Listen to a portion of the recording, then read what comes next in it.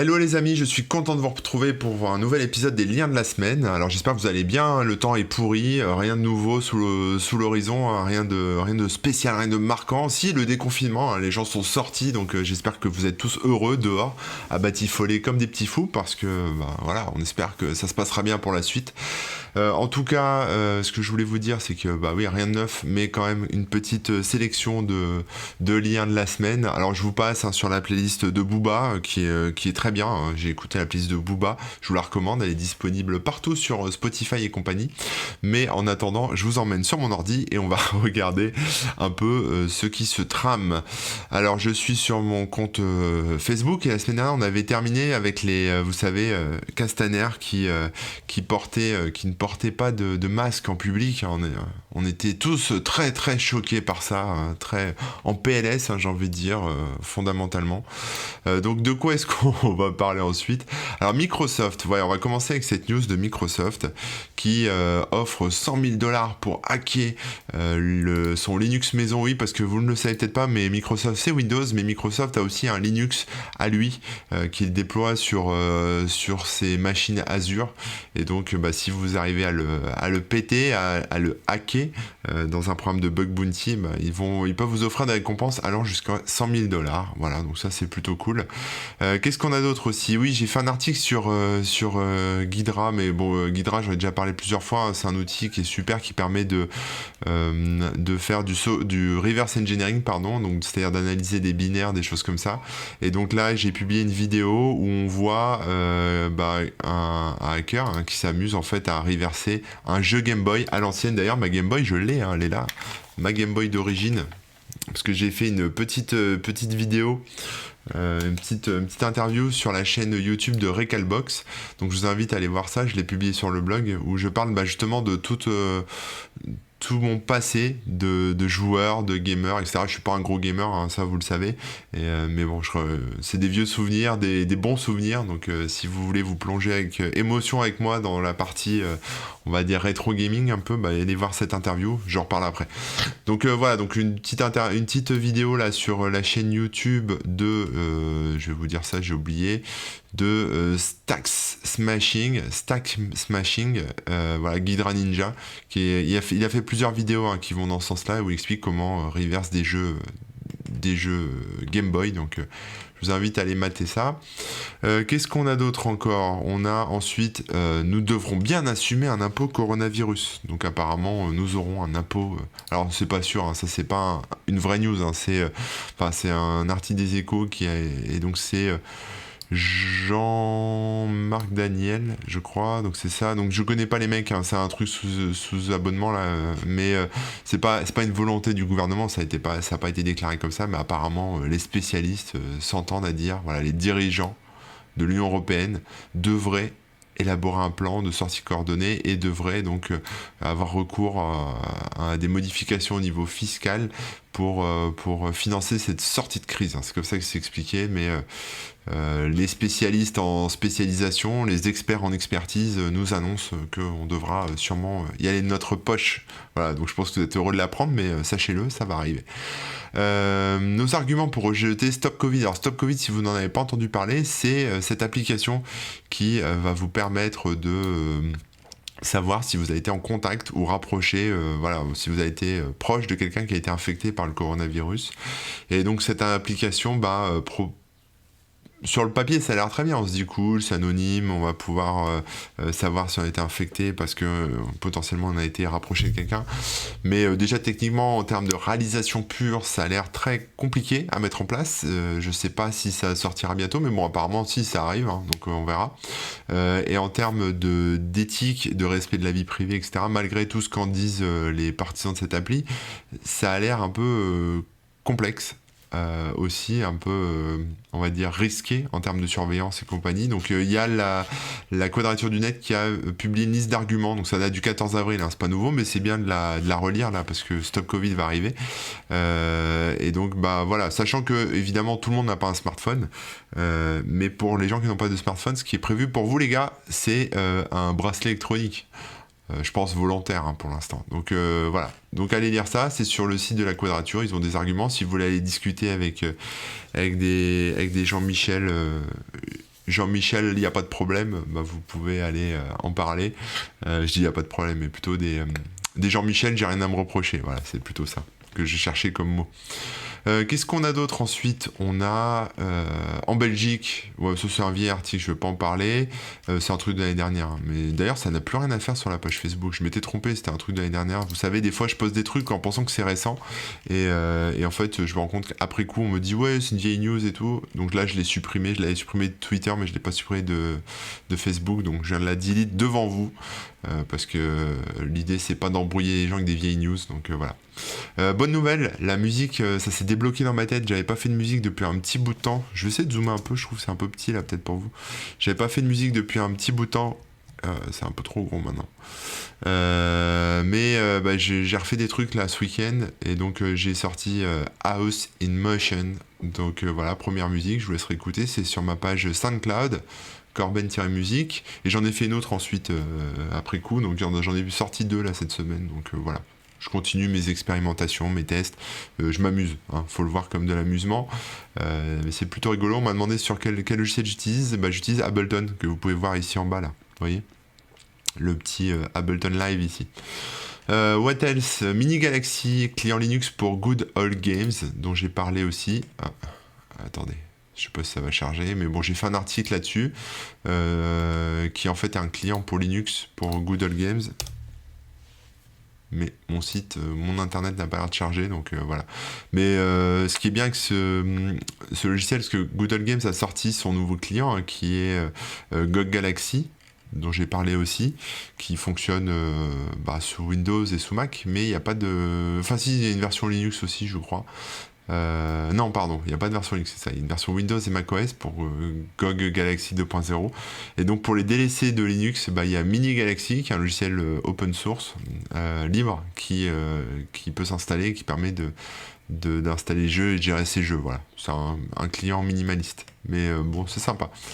Ensuite, GitHubification of Free Software. Oui, il y a un article qui est sorti sur techrights.org, qui en fait met en avant la GitHubification, comme on pourrait dire, du logiciel libre. C'est-à-dire que la plupart des logiciels libres sont publiés maintenant sur GitHub, et quelque part GitHub a le monopole en fait du logiciel libre. Voilà, et donc on soulève quelque part les risques. Enfin, cet article soulève un peu les risques qu'il y a à tout centraliser sur cette plateforme. Voilà, donc en termes de censure, de manipulation de code, etc. Donc vous pouvez aller lire ça si le sujet vous intéresse, si vous êtes libriste. C'est sur techrights, techrights.org, c'est ça. Qu'est-ce qu'on a d'autre? On a un petit coup de gueule de Warrior du Dimanche, qui a un blog sympa et qui publie une petite BD, voilà, où il raconte un peu... je crois qu'il est prof, hein, il me semble, parce que ça tourne souvent autour de ça, donc je pense que il est prof ou un site, et voilà, ça tourne un peu de ça, voilà. En gros, il met en avant l'histoire que... Enfin, le fait qu'on nous dit de rester chez nous, mais en même temps, il faut aller bosser. Mais en gros, si tu vas pas bosser, t'es pas un bon français. Mais si tu restes confiné, t'es pas un bon français. Et en plus, il te faut un justif parce que, évidemment, si tu peux pas venir au boulot, il faudra que tu fournisses un justif médical. Mais t'es volontaire pour retourner bosser. Enfin, c'est vrai qu'il y a une espèce de paradoxe, hein. Il faut ceux qui veulent retourner dans les bureaux c'est sur la base du volontariat, hein, c'est un peu ce qu'on nous dit, en tout cas pour les instits. Mais si t'y vas pas, il faut quand même fournir un justice médical. Enfin, une espèce de cul entre deux chaises, de truc qui rend fou un peu les gens. Un article sur HackerNoon qui liste le top 10 des applications pour espionner les gens sur Android, hein, principalement. Voilà, vous savez, c'est des applis que la plupart des gens installent pour espionner leur amoureuse ou leur amoureux. Et donc, il y a tout un comparatif, toute une liste en fait d'applis. Il n'y a pas les liens, donc c'est des applis qui sont sales. Alors, j'ai publié ça pas pour vous encourager à les tester, mais pour être au courant qu'elles existent et peut-être voir si elles sont pas en place sur votre ordinateur ou sur votre smartphone, pardon, c'est des applis smartphone, mais apparemment il y en a aussi pour iOS. Donc voilà, ce sont des applis de merde, hein, qui Voilà, c'est pas bien d'espionner les gens, faut le savoir. C'est pas bien. Voilà, si vous avez plus confiance en quelqu'un, souvent c'est dans les couples, hein, ou même avec les enfants. Voilà, les gens ont peur que leurs enfants fassent des bêtises et mettent des mouchards un peu comme ça sur leurs ordi. Ça remplacera pas un bon dialogue. Voilà. Donc après, si vous avez l'impression qu'on vous trompe au sens large, hein, je parle pas au sens couché, hein, je parle au sens tromper la confiance. Une bonne conversation, ça peut être pas mal, ou au pire, voilà. Après, il faut se séparer des personnes toxiques, c'est important. Quoi d'autre ensuite? On a sur Oh My God Ubuntu un article qui nous parle de Ubuntu 20.04 LTS que vous connaissez, dont j'ai parlé, qui est maintenant certifié pour Raspberry, c'est-à-dire qu'ils l'ont intégré officiellement dans leur petit logiciel pour déployer des images sur Raspberry, donc Raspberry 4. Donc voilà, si vous aviez encore un doute, vous pouvez mettre Ubuntu 20.04, c'est totalement compatible. Qu'est-ce qu'on a ensuite? On a GitHub Code Scanning. Ouais, c'est un outil de GitHub qui permet de scanner le code qui est mis en place sur GitHub, voilà, pour détecter des vulnérabilités sur le logiciel open source. Donc voilà, en fait c'est un moteur sémantique, hein, qui analyse le code et qui détecte les failles, on va dire, les plus courantes, les erreurs de développement les plus courantes. Donc ça peut toujours être pas mal à tester si jamais vous faites pas du tout d'audit ou pas du tout de test sur votre code. Ça peut être déjà ça, quoi. Ça, c'est news que j'avais zappé, j'étais passé à côté. Mais Zoom, vous savez, Zoom, l'application qui permet de faire des vidéoconf, qui a eu des gros problèmes de sécurité. En tout cas, il y a des articles un peu à charge contre Zoom en termes de. Enfin, Zoom qui gère un peu la sécu par-dessus la jambe. Ils viennent de racheter Keybase, qui est un peu l'outil qui permet de chatter, de valider son identité numérique, etc., met l'accent sur la sécurité. Donc c'est un logiciel, Keybase, c'est un logiciel libre, hein, je crois, ou en tout cas dont les sources sont accessibles. J'ai pas le détail, mais en gros ça devrait rien changer. Après, est-ce que Zoom a pour ambition d'intégrer Keybase dans Zoom? Est-ce que Zoom a pour ambition juste de faire baser sa com dessus, ou est-ce que Zoom a pour ambition d'étouffer Keybase? On n'en sait rien techniquement, mais normalement ça devrait pas être le but, hein. Normalement ils devraient utiliser Keybase justement pour sécuriser leur communication, hein. C'est ce qu'ils disent en tout cas. Donc on verra bien de quoi sera fait l'avenir. Souvent les gens ont peur, hein. Vous voyez, GitHub a été racheté par Microsoft et tout le monde a flippé. Finalement Microsoft respecte assez bien GitHub, donc là ça va être je pense le même délire. Michael Moore a sorti un nouveau reportage. Vous savez, Michael Moore, Fahrenheit 5, pas 51, Fahrenheit, je sais plus. Si, je crois que c'est Fahrenheit 51. Voilà, le réalisateur américain qui fait des reportages un peu à charge contre souvent les entreprises qui polluent ou qui exploitent les gens, etc. Il revient un peu sur le côté énergie verte, qui en fait est aussi une énergie qui pollue. Il explique pourquoi, etc. Donc ça, c'est dans comment ça s'appelle, le reportage Planet of the Humans, qui est donc disponible, je pense, sur les plateformes. Voilà, mais je pense qu'il faut payer. On peut pas. Il est peut-être pas sorti, je sais pas. Mais donc voici la bande-annonce. C'est planetofthehumans.com. Et il y a un article là-dessus sur Reporter. Quoi d'autre? Qu'est-ce qu'on a d'autre? Oui, l'Inde. Maintenant, l'Inde force les gens à utiliser l'application, leur stop Covid à eux, en fait. Voilà. Donc, à voir. Je sais pas quoi dire là-dessus.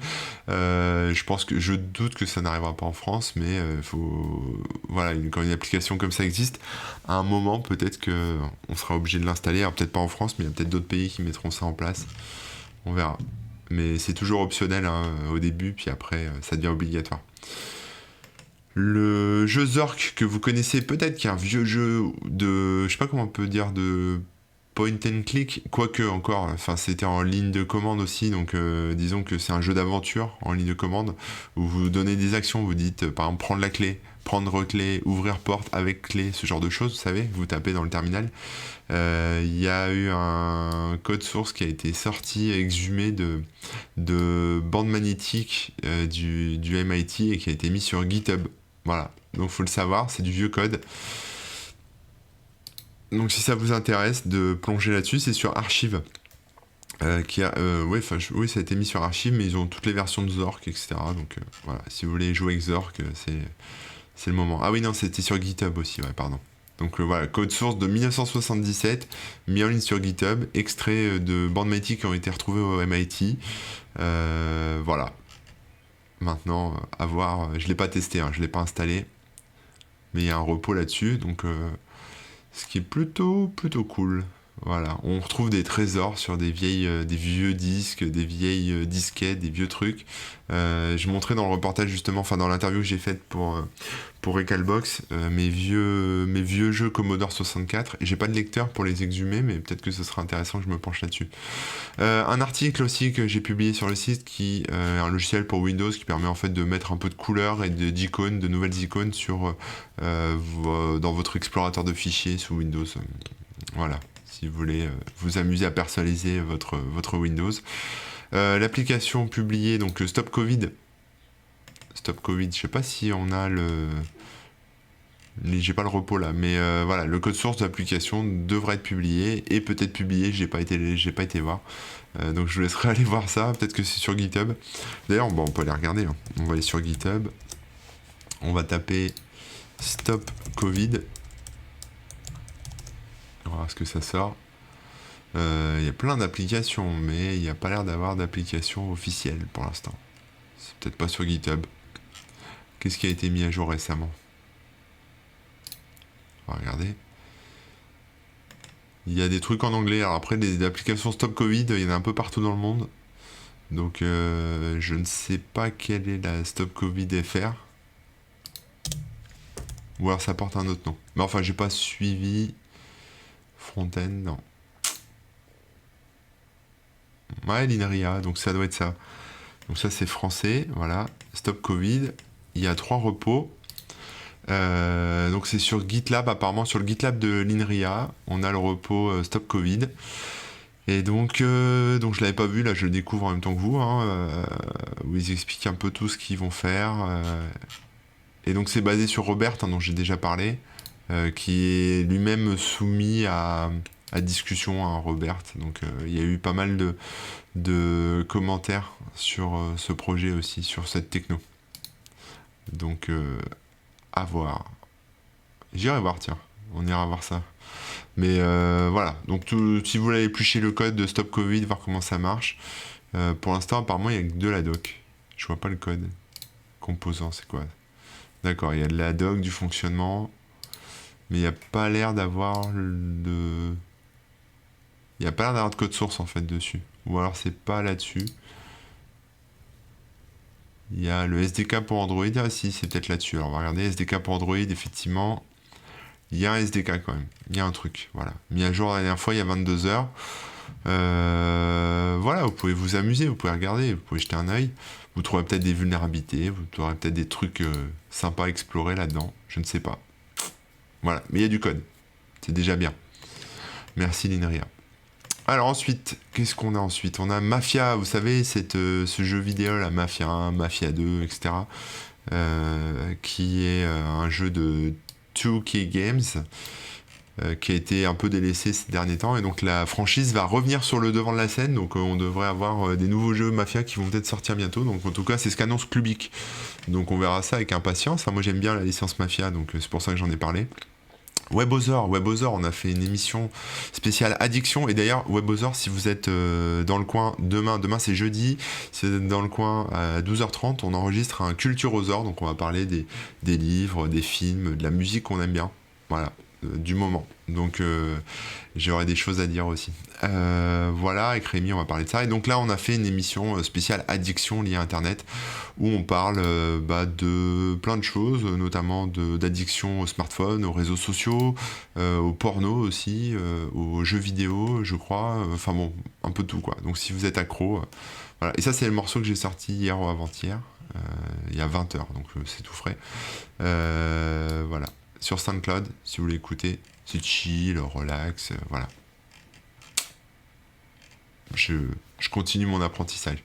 Ensuite, un article du Nouvel Obs qui me mentionne, donc je l'ai posté pour la gloire, mais ça parle de covidradius.info, qui en fait est un site qui permet de savoir jusqu'où vous pouvez aller en France. Donc moi, par exemple, je suis dans une ville qui s'appelle Cournon d'Auvergne, magnifique petite ville. Voilà, et donc je peux aller partout à vol d'oiseau ici. Donc voilà, donc vous pouvez compter un peu ici. Voilà, donc je peux aller. Bon, on avait vu ça la semaine dernière, hein, je crois que je vous en avais parlé déjà. Mais je peux aller jusqu'à Aubusson, je peux aller jusqu'à Gouzon, je peux aller jusqu'à Montluçon, je peux aller jusqu'à Bourbon, je peux aller jusqu'à. Il n'y a plus de. Montbrison, il n'y a que des noms en on. À Rion. Donc c'est cool. Et j'ai vu, ça m'a fait marrer, j'ai vu que les gens qui habitent La Réunion, je sais pas si. La Réunion. La Réunion Sud, la Réunion. Eux, ils peuvent aller partout en fait, regardez. Ils peuvent nager jusqu'à loin, loin, loin, évidemment, bah oui. Donc en fait, la Réunion, ils sont tranquilles. Bah ça n'aurait aucun sens, hein, évidemment. C'est tellement petit. Mais voilà.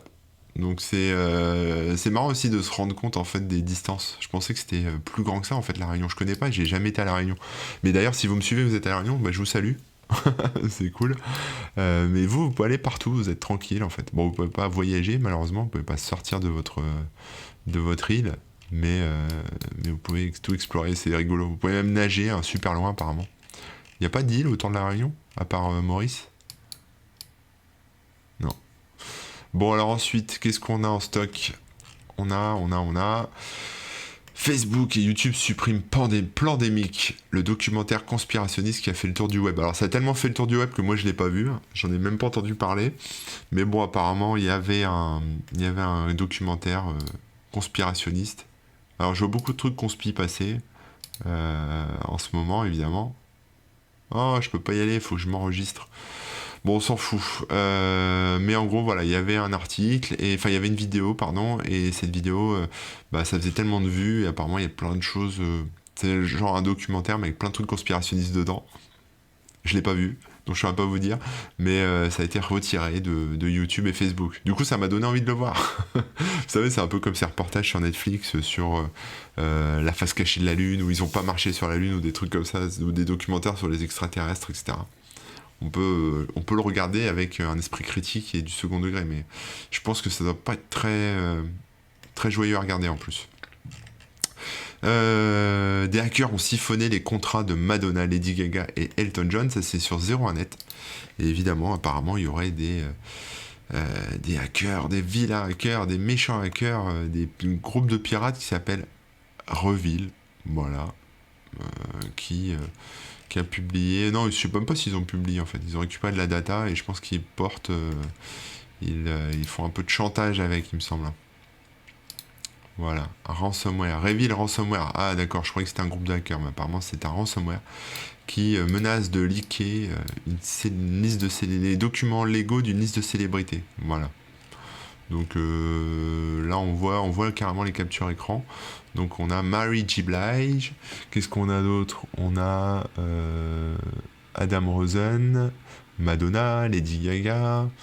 Il y en a plein que je connais pas. Bruce Springsteen, pardon. Mariah Carey.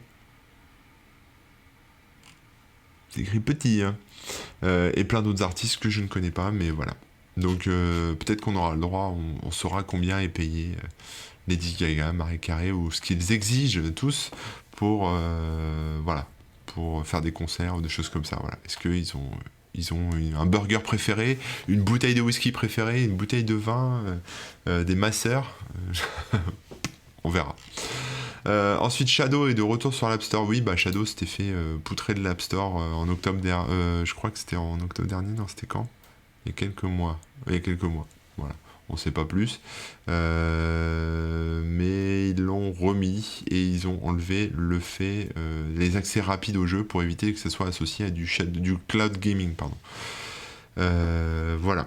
Après, ça remet en question, évidemment, comme d'habitude, Apple, qui a une politique très stricte sur son store, où en fait, bah, c'est pareil qu'Amazon, hein, c'est-à-dire que si vous achetez des choses directement en démat si vous des abonnements via une application qui est sur sur Apple, pardon, sur iOS, vous devez, l'application, l'éditeur de l'application, donc par exemple Shadow, devrait normalement reverser une commission à Apple. Mais là, c'est juste un accès en fait, c'est un client, un terminal, un client terminal serveur si vous voulez. Enfin, je vulgarise un peu, mais c'est ça. Alors qu'il l'avait précédemment présenté comme un outil qui permet d'accéder au jeu, donc quelque part comme une plateforme payante d'accès à des contenus un peu comme un Netflix ou un truc comme ça. Et donc ça, Apple aime pas trop parce que s'ils peuvent pas toucher leur commission dessus, ça les embête. C'est pour ça qu'on peut pas acheter directement de livres sur l'application Kindle d'Amazon. Voilà. Il faut aller sur le site d'Amazon pour commander son Kindle, acheter son livre et après pouvoir en profiter. Voilà, tout ça à cause d'Apple parce qu'ils veulent leur petite com. Je ne juge pas. Ensuite, Conseil constitutionnel donne un accès open bar, aujourd'hui accès open bar de la Adopi. Donc oui, Adopi peut faire ce qu'ils veulent. En termes de relevé d'IP, ils ont un accès complètement open bar. Et donc, la Quadrature du Net et FDN et puis d'autres associations lâchent pas l'affaire et continuent à attaquer Adopi devant le Conseil constitutionnel. Et donc, je sais pas qui a écrit cette news. Je pensais que c'était Marc Ries, mais on sait pas. C'est une news anonyme postée sur Next Impact. Voilà, on verra ce que ça donne. Mais ça lâche pas l'affaire. Peut-être que Adopi va disparaître un jour grâce à l'acharnement de nos amis de la Quadrature ou de FDN et compagnie. Alors ça, c'est un outil dont j'ai parlé sur le site qui s'appelle EtreCheck. Je sais pas pourquoi ça s'appelle comme ça, mais c'est un petit soft qui paye pas de mine, hein, qui est assez moche, mais qui en fait fait un diagnostic de votre Mac.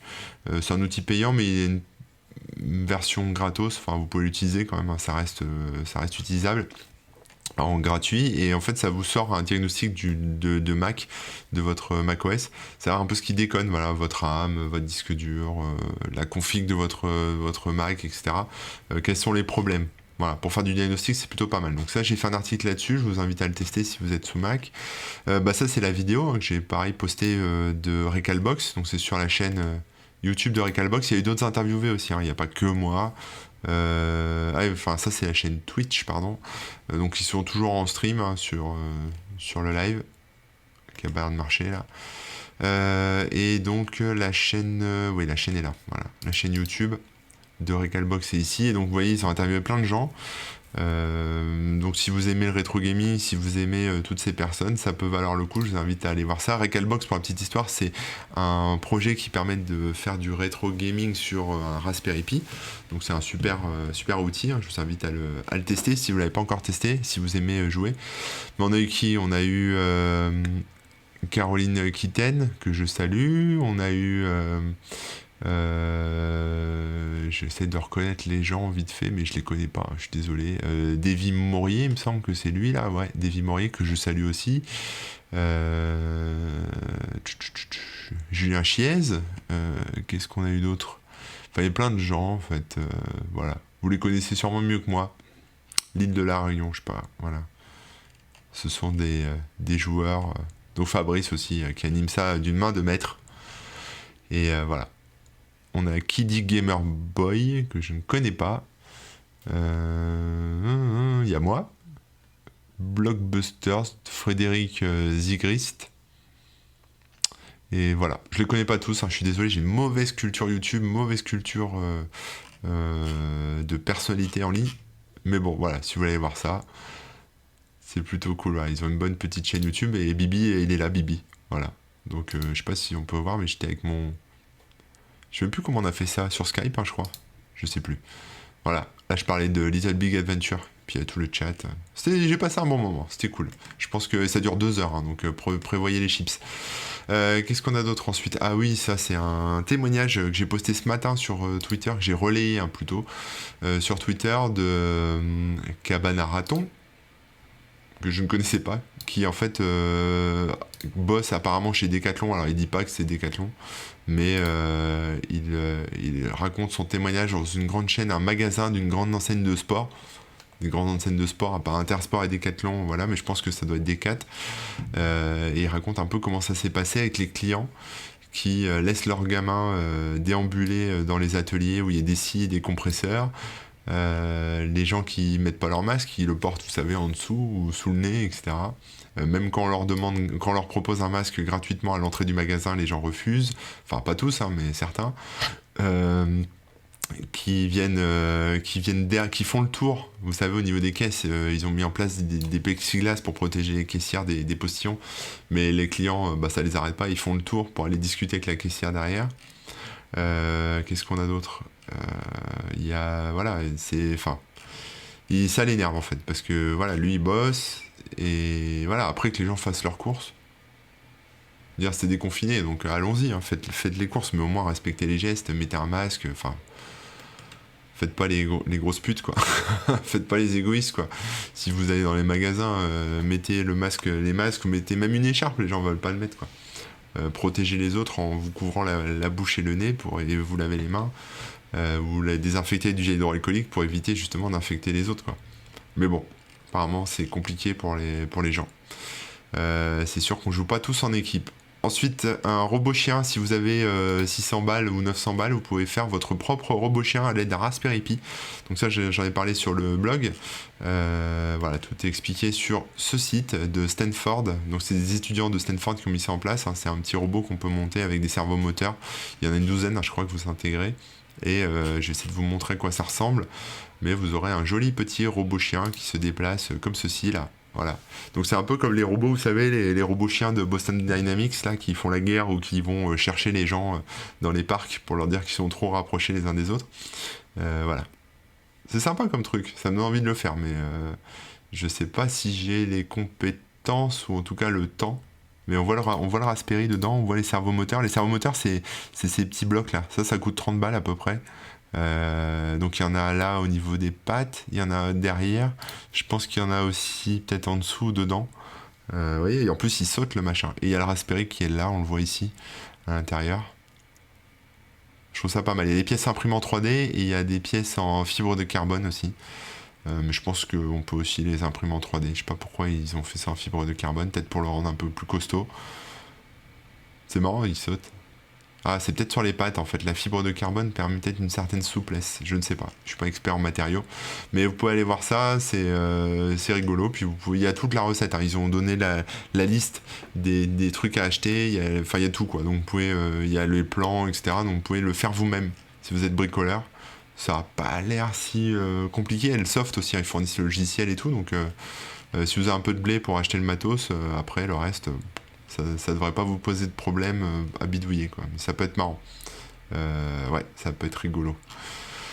Ensuite, je vais présenter tous les mois une chaîne YouTube qui me plaît. Donc là, je vais commencer, enfin une chaîne YouTube, une chaîne vidéo. Pas que YouTube, parce que là, c'est pas sur YouTube, mais j'ai la Quadrature du Net à sa chaîne, qui est sur, vous savez, comment ça s'appelle, le système là de vidéos, j'ai oublié le nom, on le voit ici, ah, le scroll infini c'est bien, mais on n'a jamais accès au pied de page, malheureusement. C'est le problème des scroll infini. Peertube, c'est ça que je cherchais, c'était Peertube.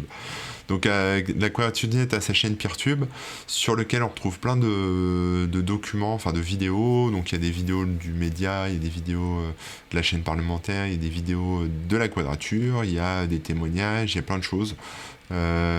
Donc voilà, si vous vous intéressez à tous ces sujets, sur tout ce qui est les sujets de la Quadrature, hein, c'est-à-dire liberté en ligne, reconnaissance, reportage sur Stop Covid en ce moment, surveillance, etc., etc. Tout est là, quoi.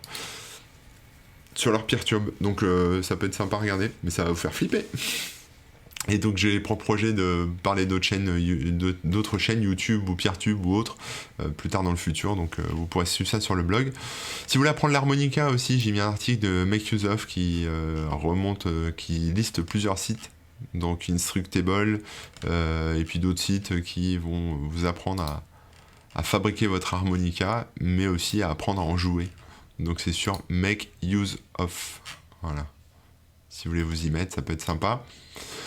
Par contre, on finit ensuite coronavirus, le mystère des patients qui ne guérissent jamais. Et oui, vous êtes peut-être dans ce cas, vous êtes peut-être un patient qui ne guérit pas. Peut-être que vous avez le coronavirus et ça fait 50 jours, plus de 50 jours que vous êtes malade et vous avez l'impression d'être un petit vieux tout courbaturé, et qui peut plus respirer et qui est à la fin de sa vie. Vous n'êtes pas seul. Voilà, il y a des gens qui guérissent pas, qui souffrent encore, et les médecins sont un peu impuissants et savent pas quoi faire, quoi. Et moi, c'est aussi pour ça que je mets un masque, enfin que je sors pas même, parce que j'ai pas de raison de mettre un masque, parce que je suis pas encore sorti, mais quand je sortirai, je mettrai un masque. Parce que je me dis, ça serait quand même pas de bol de choper cette merde et de faire partie du petit pourcentage qui est pas asymptomatique. Et même si je finis pas en réanimation par chance, parce qu'il y a très peu de gens qui finissent en réa, il y a, je crois, 1%, même moins d'1%, je sais plus les chiffres, mais ce qui est pas beaucoup. Enfin, après, voilà, ça peut arriver, hein. Tout le monde peut. Il y a des gens qui meurent, qui ont 25, 28, qui sont ados, qui ont qui ont moins de 30 ans, ou qui ont 14 ans, 15 ans, ou des enfants, etc. Ça arrive pas souvent, mais ça peut arriver.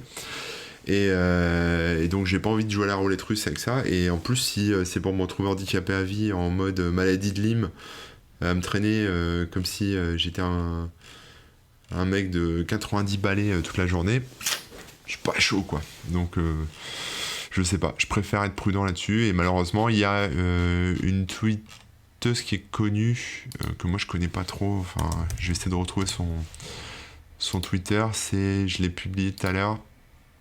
Elle s'appelle Tatiana Ventose, que vous connaissez peut-être, hein, qui a 27 000 abonnés quand même, qui est youtubeuse, qui fait des vidéos YouTube. Là, elle a pas mis son YouTube. Peut-être que c'est ça, le fil d'actu. Je connais pas, hein, tout ça, je suis désolé. Voilà, et c'est elle, c'est pour vous montrer. Voilà, elle a l'air sympa, je sais pas du tout de quoi elle parle. Mais apparemment elle fait une chaîne d'actu. Ok. Mais bon, elle a un petit public, hein, elle a l'air assez connue. Et malheureusement, la pauvre, et je lui envoie tous mes souhaits de rétablissement et tous mes souhaits de guérison, et voilà, et j'espère que ça ira mieux pour elle. Mais malheureusement, elle fait partie de ces gens-là, justement, qui sont malades depuis un moment, et donc elle donne son témoignage, hein, sur YouTube, sur Twitter, pardon. Donc elle explique que voilà, elle souffre, qu'elle a l'impression d'avoir 80 ans. Elle est sportive, elle fume pas, elle boit pas, elle a pas de comorbidité, elle est pas en surpoids, elle a pas d'hypertension, etc. Elle voit son médecin souvent et elle guérit pas, quoi. Et c'est une souffrance pour elle, quoi. Et voilà. Et c'est assez terrible, quoi. Donc je trouvais ça. Je cherche un commentaire qui était assez.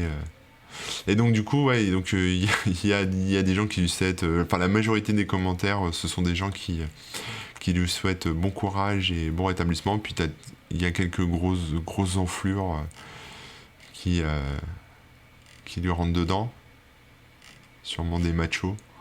Mais bon, voilà, bref, on s'en fout, on va pas rester là-dessus. Mais voilà, donc elle fait partie des gens et je crois qu'il y avait un hashtag, je vous en ai parlé, je crois que le hashtag c'était après 20 jours, il me semble que c'était ça. Voilà. Après J20, vous voyez, et après J60 aussi. Bon, on va aller voir J60, mais ce hashtag montre, en fait, c'est sur des gens qui donnent leur témoignage, en fait, justement sur ce problème, en fait. Vous voyez, par exemple, il y a une demoiselle, apparemment une dame, qui s'appelle Pingu, je sais pas comment on dit, qui dit qu'elle a une douleur à la cage thoracique, du mal à s'oxygéner. Elle se croit presque guérie, mais elle sait plus quoi faire, elle avait plus plusieurs médecins, aucune réponse, elle a plus de force. Voilà, il y a plein de témoignages comme ça. Donc si vous cherchez, c'est après 20 jours, enfin après J20 et après J60, voilà, pour les témoignages.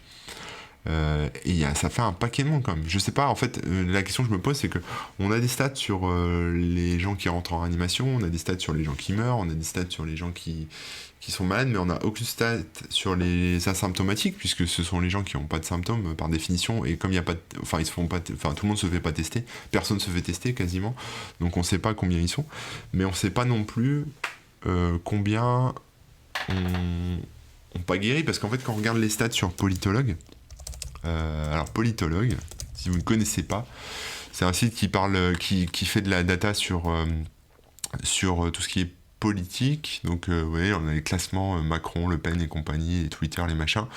Mais il a lancé aussi sa page coronavirus avec des stats. Hein, donc, voilà. Et alors, les stats qu'on a, vous voyez, c'est ça en fait. C'est le nombre de cas. Donc, on va prendre la France. 178 000 cas, 27 000 quasiment de décès, 57 000 guérisons. Donc après, on a les pourcentages. Et en fait, guérison, vous voyez, on a 32% de guéris. La question que je me pose maintenant, c'est que, évidemment, 32% de guéris, 15% de morts sur les gens testés. Alors, donc ça, c'est des gens qui sont testés, donc qui vont à l'hosto. Donc 15% de morts, ça fait quand même beaucoup. Mais c'est sur la population globale, c'est pas 15%, c'est 15% sur les gens qui ont été testés. Et en général, ce sont des gens qui tombent vraiment malades, quoi. C'est pas les asymptomatiques. Donc c'est pour ça que c'est 15%. Mais on peut se poser la question sur les 52% restants qui sont malades. Alors évidemment, il y a des gens qui vont guérir, il y a des gens qui vont mourir aussi. Mais dans ces 52%, moi la question que je me pose, c'est il y en a combien qui sont dans ce cas comme Tatiana là, qui vont rester malades ad vitam aeternam, quoi. Enfin, j'espère pas ad vitam aeternam pour eux, mais qui sont malades depuis le début en fait et qui y restent pas. Est-ce qu'on est dans les 40%? Est-ce que ça représente que 5%? On n'en sait rien en fait.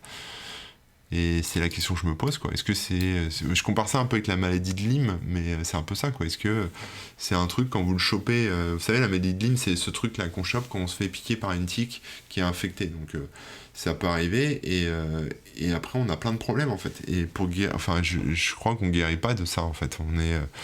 On est malade à vie. Un peu comme une espèce d'hépatite ou un truc comme ça, quoi. Donc, voilà. On sait rien en fait sur ce virus et je me pose la question en fait. Je me dis 52%, combien vont rester malades comme ça toute leur vie, quoi. Bonne question. Alors quand c'est qu'un nez qui coule, déjà c'est relou, hein. Avoir le nez qui coule toute ta vie, c'est chiant, mais alors en plus, si t'as de la fièvre toute ta vie ou si t'es pas bien, t'es fatigué toute ta vie, épuisé, enfin bon, ça fait un petit peu flipper. Qu'est-ce qu'on a d'autre? On a, oui, les joueurs de TF2. Vous savez, Team Fortress 2 de jeu de Valve. Team Fortress a été abandonné par Valve et donc du coup les joueurs se mobilisent pour que le jeu continue à vivre. Donc il y a tout un article là-dessus sur Gamecult. Donc si vous êtes fan de Team Fortress, allez voir ça. Ça peut peut-être vous donner des idées. Et ensuite, l'installeur d'Ubuntu Server enregistrait en clair une phrase de passe, donc en français un mot de passe, mais vous savez le long en mot de phrase. Qu'est-ce qu'il me dit lui? Il veut me rediriger, d'accord, ok. L'installeur d'Ubuntu Server enregistrait en clair une phrase de passe. Donc apparemment il y avait une petite faille qui a été corrigée, mais c'était un petit problème, voilà. Un petit mot de passe qui était conservé dans un log sur l'install d'Ubuntu Server. Voilà, donc écoutez, on a fait moins que d'habitude, 42 minutes, il y avait moins de liens, moins de choses à voir, et puis je m'y suis pris un peu plus tôt forcément, mais voilà, écoutez, j'espère que ça vous a plu. C'était plus court que la fois dernière, c'était plus gris, plus triste, plus pluvieux peut-être. Je suis comme la météo, je m'adapte à la météo. Mais voilà, j'espère que ça va chez vous, que vous êtes en forme, que vous n'êtes pas malade. J'espère que vous avez pu vous déconfiner dans des bonnes conditions de sécurité chez vous ou au boulot ou dans les magasins ou peu importe ce que vous faites. Courage à vous, force à vous, et puis je vous dis à très bientôt. Allez, ciao!